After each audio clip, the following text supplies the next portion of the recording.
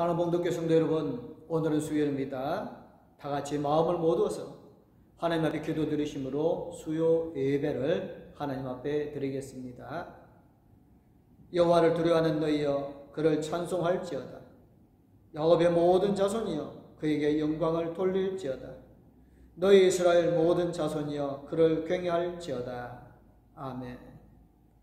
사랑하는 성도들이 드리는 예배를 연락하여 주시는 하나님 아버지, 수요일 밤 신령과 진정으로 예배 드리게 하여 주심을 감사를 드립니다. 한 마음으로 주님을 찬양하며 예배 드리는 저희들에게 기쁨이 충만한 시간이 되어지게 하여 주시옵소서.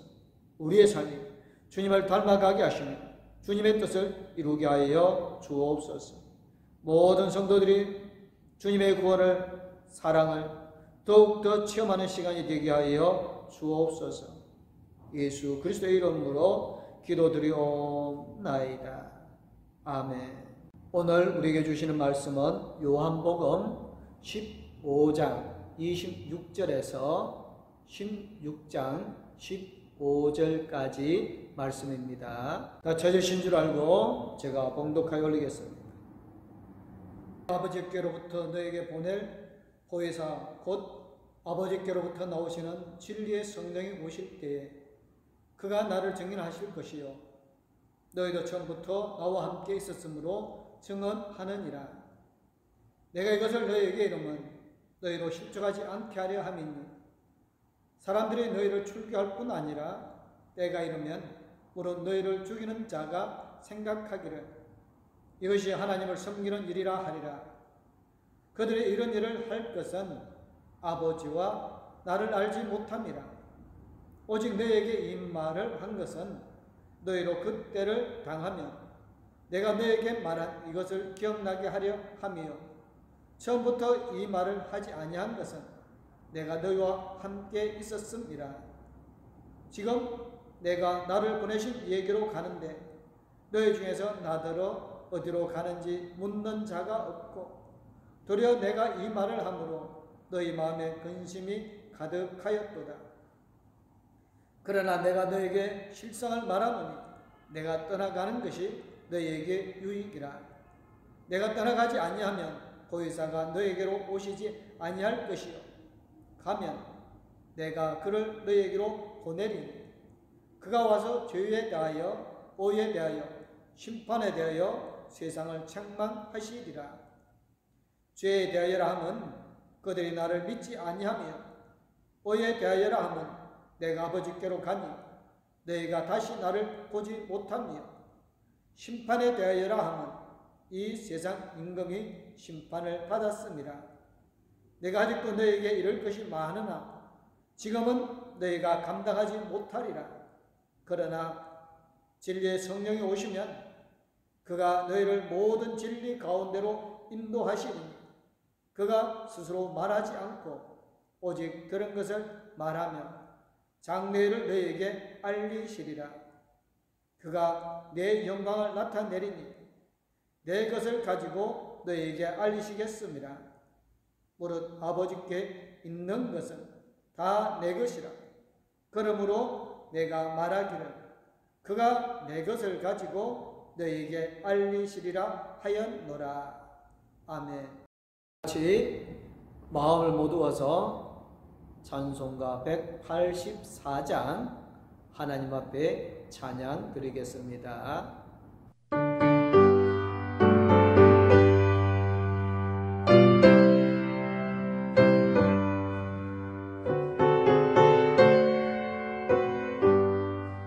불길 같은 주 성령 강구 안에 누리게 지금 강림하셔서 영광 보여주소서.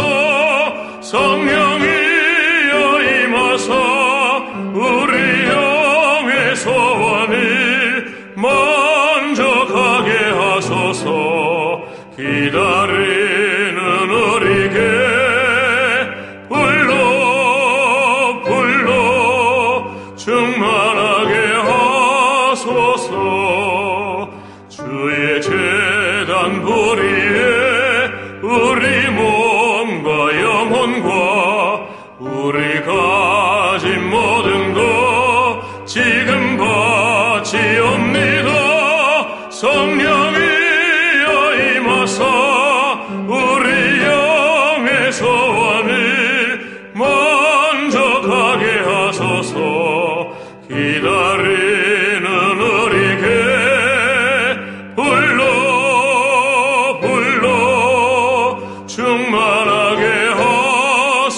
하소서. 모든 것 다 바치고 비고빈 내 마음에 성령 충만하도록 주여 채워주소서. 성령이여 임하사 우리 영의 소원을 만족하게 하소서. 기다리는 우리에게 불러 충만하게 하소서. 구속하신 주께서 약속하신 성령을 믿고 간구하오니 지금 내려주소서. 성령이여 임하사 우리 영의 소원을 만족하게 하소서. 기다리는 우리에게 불러 충만하게 하소서.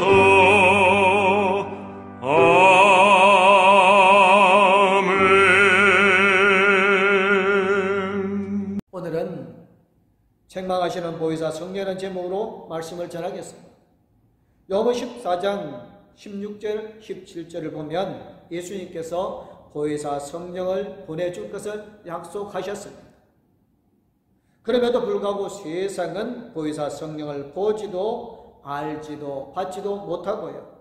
다만 예수 믿는 사람들에게 보혜사 성령이 함께 거하고 또 그 사람들의 심령 속에 계실 것이다 라고 약속하셨습니다.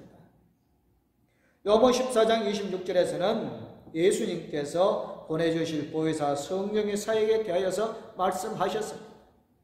너희에게 모든 것을 가르치고 예수님의 모든 말씀을 생각나게 하실 것이다 그 말입니다. 그렇습니다. 보혜사 성령의 사역 중에 중요한 것은 하나님의 말씀을 가르쳐 주시고 생각나게 해주시는 것입니다. 또 오늘 본문 15장 26절 7절을 보니까 보혜사 성령의 또 다른 사역을 말씀하고 있습니다. 내가 아버지께로부터 너에게 보낼 보혜사 곧 아버지께로부터 나오시는 진리의 성령이 오실 때에 그가 나를 증언하실 것이요 너희도 처음부터 나와 함께 있었으므로 증언하느니라. 어떤 사역입니까? 제자들이 예수님을 증언했던 것처럼 보혜사 성령도 예수님을 증언하는 시입니다. 여러분 기억하십니까? 제자들이 예수님을 증언했던 시점이 언제였습니까? 사도행전 2장 1절에서 4절에서 오순절 성령 강림 사건을 경험한 후에 이루어졌습니다. 따라서 제자들이 예수님을 증언할 수 있었던 것도 보혜사 성령의 역사로 가능했던 것입니다. 그렇다면 예수님을 증언하는 것은 전적으로 보혜사 성령이십니다. 보혜사 성령이 함께 하시면 어느 누구라도 예수님을 증언할 수 있습니다. 지금 예수님 자신의 십자가 죽음을 앞두고 마가 요한의 다락방에서 제자들에게 보혜사 성령을 강조하고 계십니다. 그럴 만한 이유도 있겠지요. 그 이유는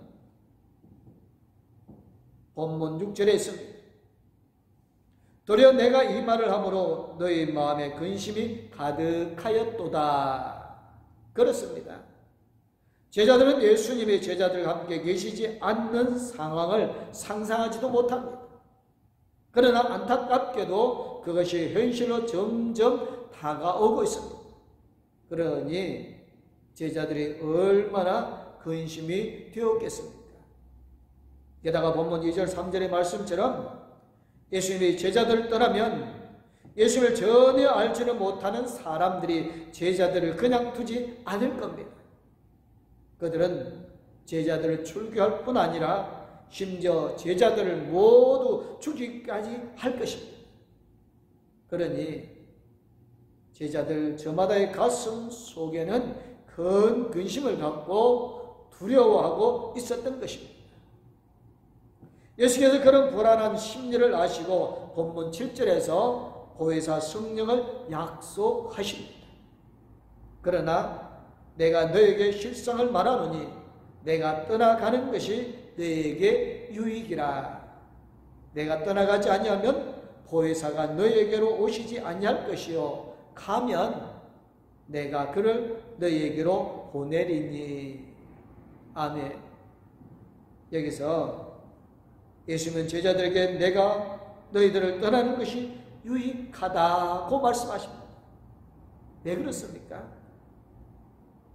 지금까지는 육신의 몸을 입고 함께 하셨지만 이제 떠나가면 거룩한 영, 성령으로 오셔서 변함없이 제자들과 함께 하실 것이기 때문입니다.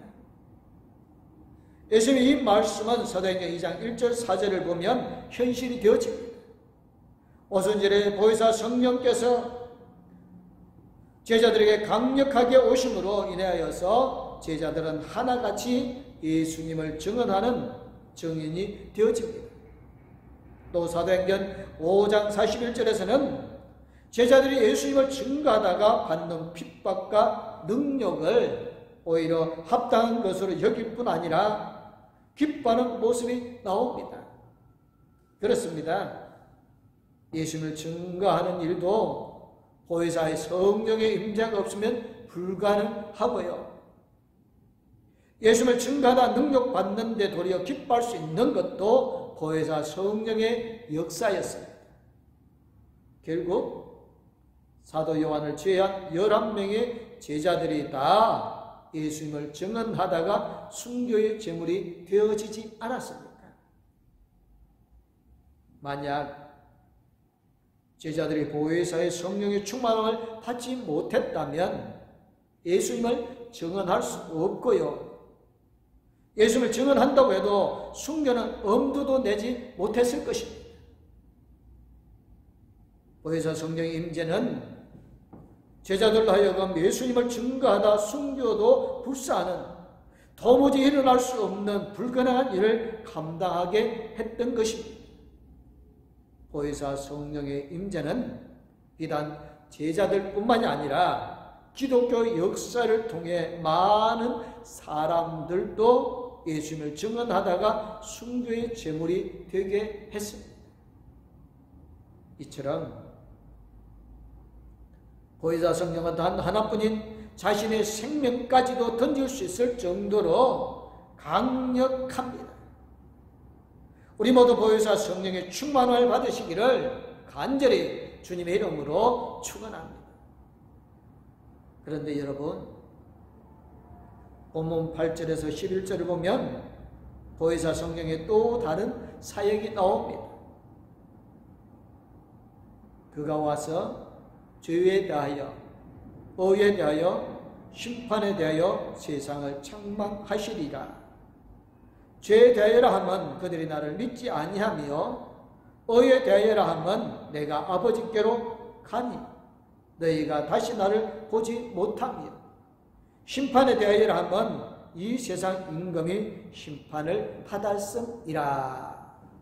아멘. 그렇습니다. 책망하시는 보혜사 성령의 사역이 나옵니다. 지금까지는 가르치시고 생각나게 하시고 함께 하시고 담대하게 예수를 증거하게 하셨습니다. 보혜사 성령이 예수 믿는 사람들에게 하신 사역들입니다. 이제는 보혜사 성령이 세상에 대해서 하시는 사역을 말씀하고 있습니다. 보혜사 성령은 세상을 책망하십니다. 책망하신다. 무슨 뜻일까요? 요한복음 3장 16절의 말씀과 배치되는 것은 아닌가요? 거기에 보면 하나님의 독생자 예수 그리스도를 보내주실 정도로 세상을 사랑하셨습니다. 그런데 왜 요한복음 16장 8절은 보혜사 성령께서 세상을 책망하신다고 말씀합니까? 하나님께서 세상을 사랑하셔 예수 그리스도를 주셨지만 그 예수를 끝까지 믿지 않는 세상에 대해서는 책망을 하신다는 뜻입니다. 요한복음 7장 7절을 보면 예수님을 믿기는커녕 도리어 예수를 미워하고 있는 세상입니다. 그것에 대해 보혜사의 성령이 책망하시는 것입니다. 책망을 하시는 것도 세상을 멸망케 하기 위함이 아닌 것입니다. 세상 사람들이 책망을 받고 어서 죄로부터 돌이켜서 예수 믿어서 영생을 얻게 하기 위함인 것이지요. 성도 여러분, 지금 세상은 사탄의 지배 아래 있습니다. 에베소서 2장 2절 3절을 보면 사람들대로 세상 풍조를 따르게 하는 사탄이 공중의 권세를 잡고 사람들로 하여금 육체의 욕심을 따라 마음에 원하는 것을 하게 하는 죄를 짓게 합니다. 그래서 사람의 본질상 진노의 자녀라고 부르는 것입니다. 그러한 사탄의 역사로 세상은 온통 죄로 오염되어 있습니다. 시기, 질투, 미움, 다툼, 비난, 모함, 살인, 전쟁, 죽음 등이 난무하는 타락의 일도를 긋고 있습니다. 그냥 두면 온 세상이 죄로 오염되어 종말되기도 전에 세상은 회상할 수 없는 상태에 들 수 있습니다. 보혜사 성령이 세상을 책망하시지 않으면 세상은 결단코 회생할 수 없는 상태입니다. 그래서 보혜사 성령이 세상을 책망하실 것입니다. 그러면 보혜사 성령이 세상에 무엇을 책망하실까요? 무엇보다 먼저 보혜사 성령은 세상의 죄에 대해 책망하실 것입니다. 어떤 죄일까요? 여러분, 이 세상에서 가장 큰 죄는 예수를 믿지 않는 죄입니다. 죄로 인해 하나님과 단절되어 버린 인간은 예수님께서 십자가에서 달려 돌아가심으로 죄 사함을 받고 하나님과 화목하게 되었습니다. 그뿐 아니라 이 세상이 끝나는 날까지 믿음을 잘 지키면 하나님의 마지막 심판에서 주님과 더불어 영원히 살 수 있는 영생의 복도 받았습니다. 이것이 복음이 아닙니까? 그런데도 여태 믿지 않는 사람들이 있습니다. 많습니다. 그들의 믿음이 없는 탓도 있겠지만 그보다는 아예 믿음을 가지려고 하지 않습니다. 왜요? 사람들은 세상의 풍속을 따라 제 달콤함에 젖어 살아가려 하기 때문입니다. 공중의 권세 잡은 사탄에게 묶였기 때문에 예수라는 이름만 들어도 치를 떠는 것입니다. 물론 예수 믿는 사람들이 그리스도인답게 살지 못한 탓도 있지만 그렇다고 해서 진리 중에 진리이신 예수님을 믿는 일을 포기한다는 것은 안타까운 일이 아닐 수 없습니다. 세상에는 그런 사람들이 많기 때문에 보혜사 성령이 세상을 책망하시는 것입니다. 특히 세상 사람들이 짓는 죄에 대해 책망하십니다. 분명한 사실 하나는 하나님은 결코 세상의 심판을 받아 멸망당하는 것을 원치 않으십니다. 에스겔 18장 23절을 보면 내가 어찌 악인이 죽는 것을 조금인들 기뻐하랴. 그가 돌이켜 그 길에서 떠나 사는 것을 어찌 기뻐하지 아니하겠느냐고 말씀하십니다. 디모데서 2장 4절에서는 하나님은 모든 사람이 구원을 받으며 진리를 아는 대로 이루기를 원하시느니라고 말씀하고 있습니다. 그렇습니다. 보혜사 성령이 세상을 책망하는 것은 지금도 예수님을 부인하고 대적하여 믿지 않는 사람들에게 회개하고 돌이켜 예수 믿도록 하기 위해서입니다. 그 사실을 믿고 보혜사 성령이 죄에 대해 책망하실 때 순종하고 회개하시기를 바랍니다. 보혜사 성령은 의에 대해서도 책망하십니다. 죄에 대해서 책망하시는 것은 이해가 되어지는데 의에 대해서는 왜 책망을 하실까요? 그것은 세상 사람들이 생각하는 의가 하나님의 기준과 다르기 때문입니다. 세상 사람들이 생각하는 의는 다른 도리나 재판의 기준이 되는 규범 같은 것을 말합니다. 그것으로 자신을 하나님의 아들이라고 하신 예수님을 심판했습니다.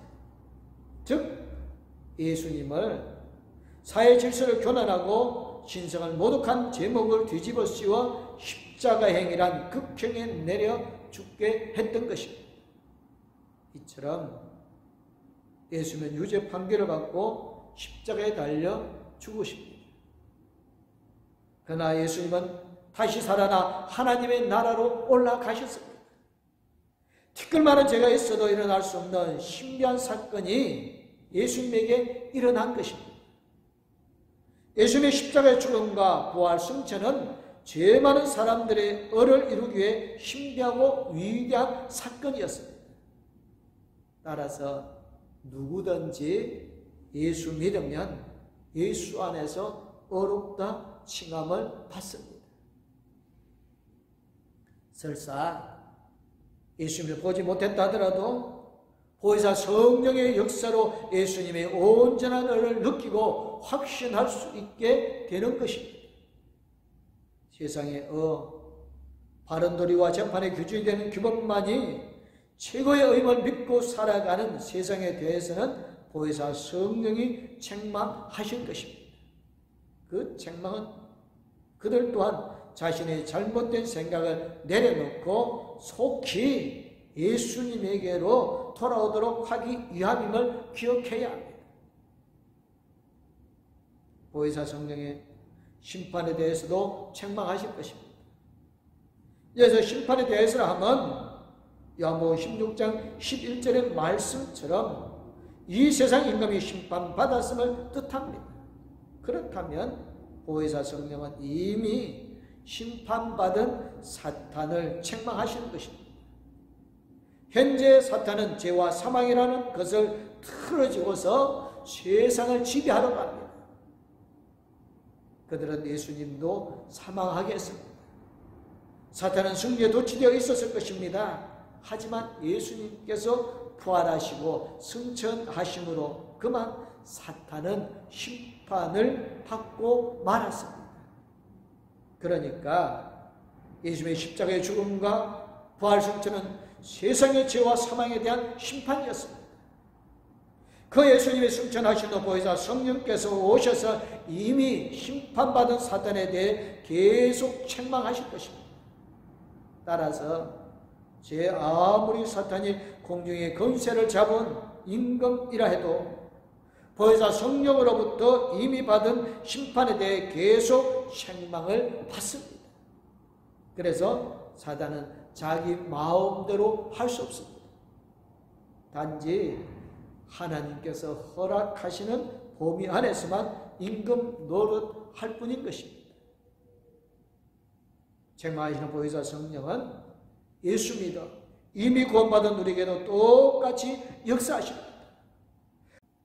우리가 죄를 범하고 잘못된 의의 기준으로 사람들을 판단하고 이미 심판받은 사탄의 역사에 미혹당해 보혜사 성령의 어김없이 예수 믿는 우리를 책망하실 것입니다. 그러나 우리의 영이 깨어 있지 않으면 책망의 소리를 들을 수가 없습니다. 책망하시는 보혜사 성령을 듣지 못하면 예수 믿는 그리스도에도 금방 사탄의 미혹에 넘어가고 죄를 범하고 말 것입니다. 이제부터 우리는 영적으로 늘 깨어 있을 뿐만 아니라 보혜사 성령의 도움을 구하여 책망하시는 보혜사 성령께 순종하여 우리의 믿음을 견지해 나아가는 그리스도인들이 되어주시기를 주님의 이름으로 축원합니다. 아멘. 기도하겠습니다. 사랑의 하나님, 예수님께서 보혜사 성령을 보내어 주셨습니다. 우리가 이제 입술을 열어 예수 그리스도를 증언하게 하여 주심을 감사를 드립니다. 하나님, 우리의 귀가 열려져서 예수님의 책망의 음성을 듣고 우리의 잘못들을 회개하고 예수 그리스도께로 돌아와 하나님의 말씀에 순종하는 지혜를 더하여 주시옵소서. 봉독교회 모든 성도들이 하나님께 주신 그 성령의 인도를 받아 거룩한 삶이요 열매 맺는 아름답고 복된 삶이 되어지고 책망받지 않냐고 칭찬받는 아름다운 삶이 되어지게 하여 주시옵기를 간절히 우리 주 예수 그리스도 이름으로 기도드리옵나이다. 아멘. 저는 우리의 죄에서 건져 구원하여 주셔서 생명의 길로 의의 길로 나아가게 해주신 우리 주 예수 그리스도님, 영원토록 우리와 함께 계시며 우리 힘과 능력이 되어주시는 하나님의 그 크고 무궁무진한 사랑과 우리 나아갈 길을 인도해 주시고 동행하여 주시고 성령님의 감화 감동 위로교통 충만하신 성령 충만함을 구하는 봉독교회 모든 성도님들과 영생예배로 하나님 앞에 영광 돌리는 거룩한 백성들과 가족들 위해 이제부터 영원토록 함께하옵기를 간절히 축원하옵나이다. 아멘.